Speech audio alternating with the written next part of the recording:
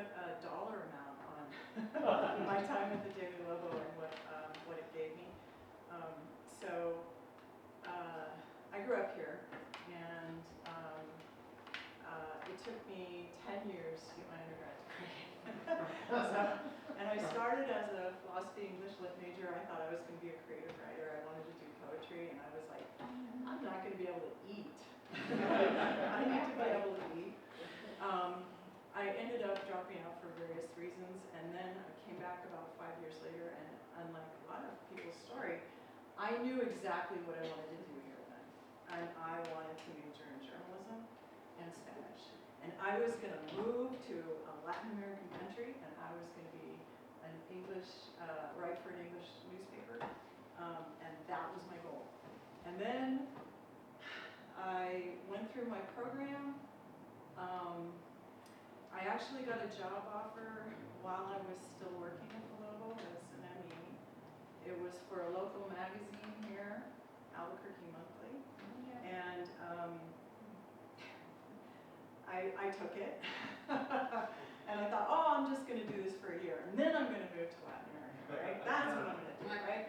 So I got in there. I got $5 an hour. Who got 10? $5 an hour. Me and the editor-in-chief wrote 80% of the stories under pseudonyms for $5 an hour.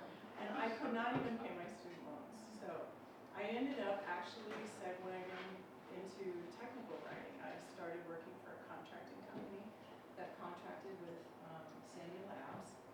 And my experience at the Daily Lobo as a copy editor, most especially, helped me make an awful lot of highly educated white men sound even more highly educated than they really were.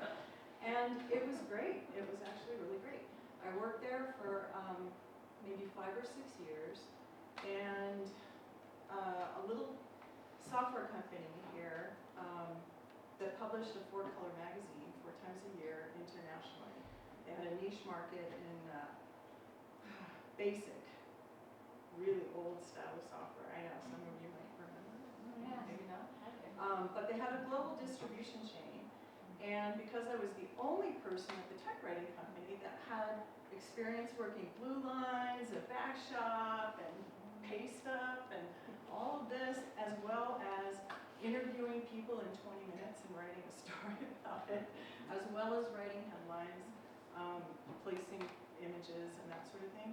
They sent me out 4 times a year to help this software company create this globally distributed magazine. And after my second time, it was quarterly, right? I only went out there for 2 weeks, every quarter to help them out. And after my second time, they got a new VP of sales and marketing. And she worked with me one time, and she said, you know what are you making? And I told her, and she said, well, I'm going to make you an offer you can't refuse. And she did. And it was literally the biggest pay jump I've ever had in my whole life. It was $14 grand more a year than what I was making. And out at Sandy Labs as a tech writer.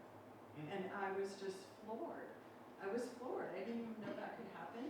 Don't ask me when the company's owner called me into his office to talk about the non-compete clause that I had signed when I started working for the tech writing company. But anyway, it did work out. I did actually go to the software company. And from there, I jumped into sort of corporate communications, and then a small nonprofit. And then, sorry, I get really nervous like this, even in small groups, right? I made the decision to go back in my 50s to school. The 4th time I've been to UNM. Yeah. And so an average student. I know, exactly. Average student from New Mexico, right? And then got a master's in straight up English with a specialty in tech writing.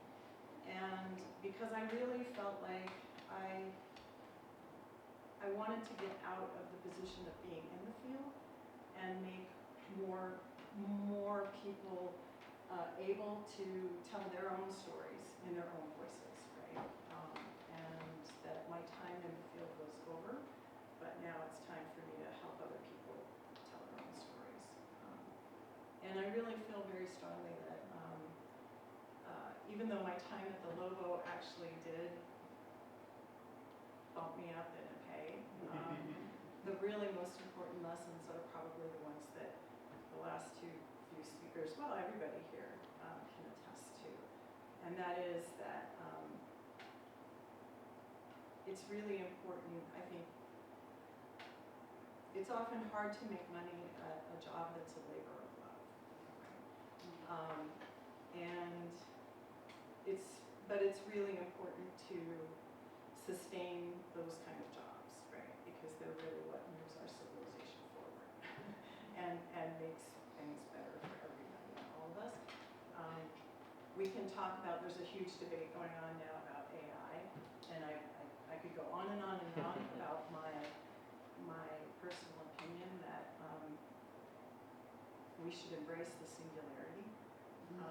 And because we really need people like your students, and those of you who are still in public journalism and mass media, we really need you and your students training that singularity rather than tech bros and code jockeys that I used to work with at the software company who are not, right, training that singularity.